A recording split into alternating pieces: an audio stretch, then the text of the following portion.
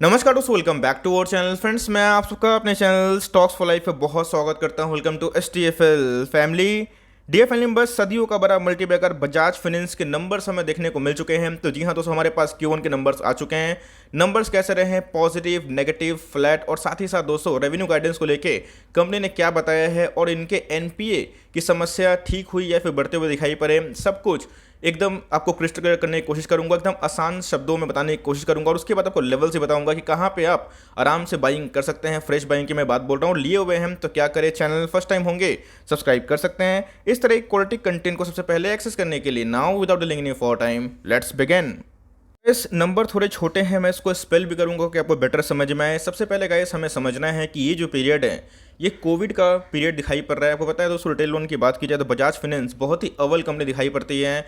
HDFC bank के भी हमें नंबर्स देखने को मिले थे मार्केट ने नेगेटिव रिस्पॉन्स के, क्योंकि NPA का इशू है। तो गाइस बैंक और NBFC में ये टेम्प्रोरी NPA का इशू चलेगा, लेकिन जो अच्छे फंडामेंटल वाले स्टॉक्स होंगे दोस्तों वो कोविड के बाद दोस्तों बहुत बूम मारेंगे, बिकॉज रिटेल लोन का भारत में बंद नहीं हो सकता है। तो सबसे पहले गाइस हमें देखना है कि इनके जो इनकम कैसे रहे हैं, जिसमें रेवेन्यू फ्रॉम द ऑपरेशंस है, फीस है, सेल्स ऑफ सर्विस है, मतलब बहुत तरह के अगर आप देखें तो उसको ऐड करने के बाद तो सबसे पहले दोस्तों हमें देखना है कि रेवेन्यू फ्रॉम द ऑपरेशन जो उनके कोर बिजनेस से कितना देखने को मिल रहा है। तो सारे फिगर्स रुपीस इन करोड़ है। तो गाइस आप देख सकते हैं कि हमें लास्ट ईयर मार्च क्वार्टर में 5793 करोड़ के आसपास इनके रेवेन्यू फ्रॉम द ऑपरेशंस देखने को मिल रहे थे। उसमें दोस्तों थोड़ा स्लाइड जंप देखने को मिल रहा है, 5954 रुपीज़ इन करोड़ वो बढ़ते हुए दिखाई पड़ा। तो जी हाँ दोस्तों, हमें ईयर ऑन ईयर थोड़े रेवेन्यू फ्रॉम द ऑपरेशन में जंप देखने को मिल रहा है। क्वार्टर की बात की जाए तो वो हमें डिक्लाइन थोड़ा देखने को मिल रहा है। लास्ट क्वार्टर की बात की जाए तो हमें 6034 रुपीज़ इन करोड़ के आसपास इनके रेवेन्यू देखने को मिल रहे थे। अभी की बात की जाए थोड़ा स्लाइड डाउन है, लेकिन याद रखिएगा Q1 में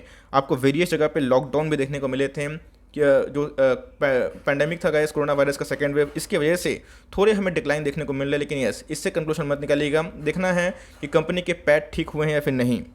थोड़ा सा अब एक बार देख लेते हैं टोटल इनकम कंपनी ने कितना बताया है। अगर आप देखें तो 6649 से इनके जो इनकम है वो कितने हो चुके हैं, 6743 रुपीज़ इन करोड़। बात की जाए क्वार्टर ऑन क्वार्टर तो 6854 से कितने हो चुके हैं, 6743 रुपीज़ इन करोड़। मतलब आप देखें year on year quarter on quarter हमें फ्लैट देखने को मिल रहा है। लेकिन इस दोस्तों कोविड में भी अगर ये अपने सेल्स को फ्लैट कर लेते हैं तब कोर्स वो बड़ी बात होती है, बड़ी अचीवमेंट होती है। अब देखना बनता है कि कंपनी के खर्चे कैसे देखने को मिल रहे हैं। ये रहे हमारे खर्चे कॉलम, आप देख सकते हैं गाइस 5340 करोड़ इनके खर्चे थे लास्ट ईयर क्वार्टर में। अभी कितने हुए हैं, 5377 रुपीज़ इन करोड़। लेकिन क्वार्टर की बात की जाए तो इनके खर्चे में थोड़ी बढ़ोतरी हमें देखने को मिल रही है। तो ईयर ऑन ईयर खर्चे फ्लैट ही देखने को मिल रहे हैं, लेकिन क्वार्टर की बात की जाए तो स्लाइड दोस्तों हमें 300 करोड़ के आसपास इनके खर्चे में इजाफा देखने को मिल रहा है।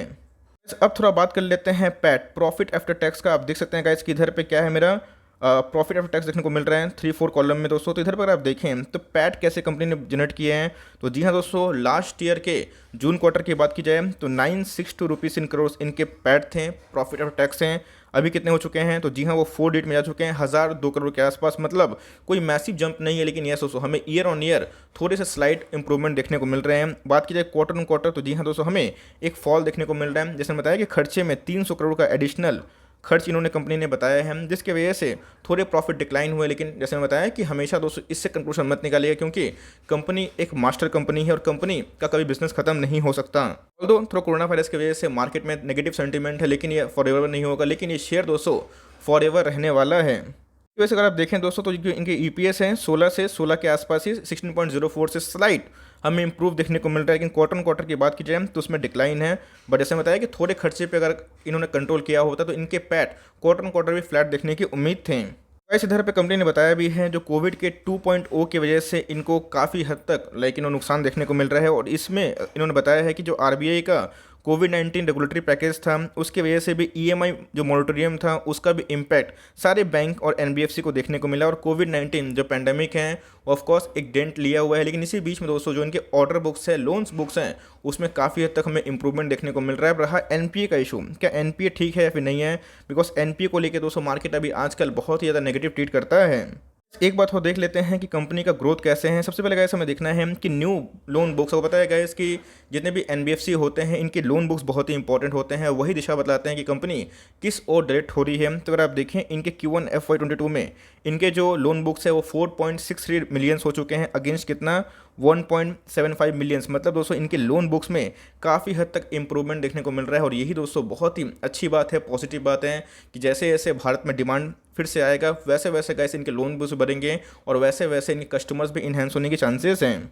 अब रहा प्रोविजनिंग। प्रोविजनिंग क्या होता है, कंपनी को लगता है जो पैसे नहीं आ सकते हैं, वसूली नहीं कर पाएंगे, तो गैस वो प्रोविजन पहले से कंपनी डिक्लेयर करती है। तो यस दोस्तों, इनके Q1 FY22 में इनके 1750 के आसपास इनके प्रोविजन देखने को मिल रहे हैं। कितने के अगेंस्ट में, 1686 रुपीज़ इन करोड़। मतलब दोस्तों अगर आप देखें तो इनके प्रोविजनिंग में थोड़ी सी स्लाइड जंप देखने को मिल रही है, बट ठीक है। बजाज फाइनेंस दोस्तों जिसे कदी कंपनी है, इनके प्रोविजनिंग उतने नहीं बढ़े जितने दूसरे कंपनीज में देखने को मिले।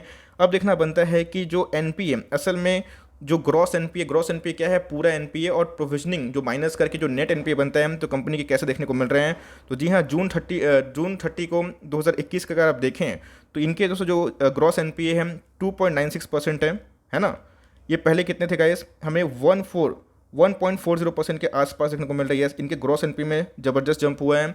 बात की जाए नेट एनपीए में तो 1.46% देखने को मिल रहा है, जो पहले कितने थे 0.50%। तो मतलब अगर आप देखें तो इनके ग्रॉस जीएनपीए और नेट जीएनपीए में हमें काफ़ी हद तक उछाल देखने को मिल रहा है। कंपनी ने बताया नहीं था, ऑफकोर्स कंपनी ने बताया था और इधर पे डिक्लेयर भी किया है कि जो स्टूड का मतलब अभी देखने को मिल रहा है, जो पहले कितने थे 1.40 से 2.96 और 0.50 से कितना हो चुका है 1.46। मतलब यस, कंपनी के प्रोविजनिंग बढ़े हैं। लेकिन दोस्तों to be very honest, company ने पहले ही डिक्लेयर किया था कि एसेट क्वालिटी से थोड़ा ये जूझ सकते हैं और कंपनी ने ये चीज़ 1 महीना पहले बताई थी। मैंने आपको न्यूज़ भी कवर किया था और जिसकी वजह से थोड़ा स्टॉक प्राइस गिरा भी था। लेकिन रिकवरी कब हुई, इनके न्यू लोन बुक से इनके अंदर रिकवरी भी हुई। तो कोई दिक्कत वाली बात नहीं है दोस्तों। शॉर्ट टर्म में ये सेंटीमेंट काम करते हैं, लेकिन यस लॉन्ग टर्म में फंडामेंटल से काम करते हैं। और दोस्तों बजाज फाइनेंस के फंडामेंटल्स है वो काफ़ी हद तक प्रॉमिसिंग है। और यस 1-2 क्वार्टर ये जूझ सकता है, लेकिन आप लंबा नजरिया सोचते हैं तो जी हाँ दोस्तों, नंबर्स इन्होंने डिसेंट पेश किए हैं, ख़राब पेश नहीं किए हैं। इस नंबर्स के पहले अगर आप देखें तो आज के दिन में हमें जो कारोबारी कंडीशन है फ्लैट देखने को मिल रही है, जो कि निफ्टी में आज काफ़ी वीकनेस थी। बैंक निफ्टी भी आज डाउन था, जिसकी वजह से गैस हमें आज 1% के आसपास गिरावट देखने को मिल रही है।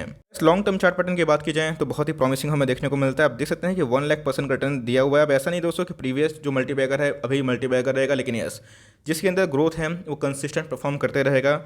इधर पे कैसे अगर आप देखें तो कंपनी आधा हो चुकी थी और उसके बाद लोगों को लगा था कि 1500 भी जाएगा, लेकिन उसके बाद दोस्तों इसने इतिहास रचा और उस लेवल से ये 3 गुना हो चुका है। तो मेरे हिसाब से गाइस हर एक डिप्स बजाज फाइनेंस में पोजीशन बनाने का बहुत ही अच्छा मौका हो सकता है। इस बात को ध्यान रखिएगा। कंपनी फंडामेंटली बहुत अच्छी है।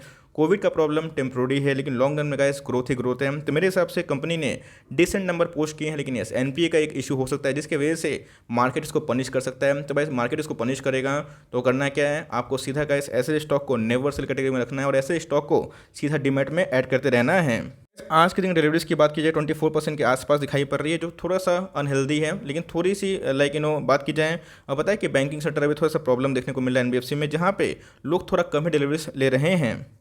एक साल लो की बात की जाए 3000 का स्टॉक था। हाई की बात की जाए 6342 के आसपास आपको 400 रुपये डिस्काउंट मिल रहा है। 3.5 लाख करोड़ के आसपास की मार्केट कैप है। और अगर आप देखें तो इंडस्ट्री पी से महंगा है। जैसे मैंने बताया दोस्तों कि माल खरा सोना है, लेकिन जैसे इनके अर्निंग बढ़ेंगे अपकमिंग कुछ क्वार्टर्स में, वैसे ही आपको प्राइस टू अर्निंग भी उसी हिसाब से एडजस्ट होता हुआ देखने को मिल सकता है। तो मैं इसी के बारे में डिस्कस कर रहा था। अगर आप देखें केयरफुली तो कंपनी के जो सेल्स हैं, ग्रोथ है, वो काफ़ी हद तक बहुत ही अच्छे थे। लेकिन जैसे कोविड आया तो वैसे ही इनके सेल्स फ्लैट देखने को मिल रहे हैं, प्रॉफिट में डिक्लाइन देखने को मिल रहा है। लेकिन इससे कंक्लूजन मत निकालिएगा। लॉन्ग टर्म निवेश करते हैं तो हमेशा कोविड नहीं रहेगा, लेकिन ये शॉर्ट टर्म में मार्केट रिएक्ट कर सकता है। तो ऐसे स्टॉक को कभी भी गिरें तो भाई सीधा उसको डीमैट में लेना चाहिए।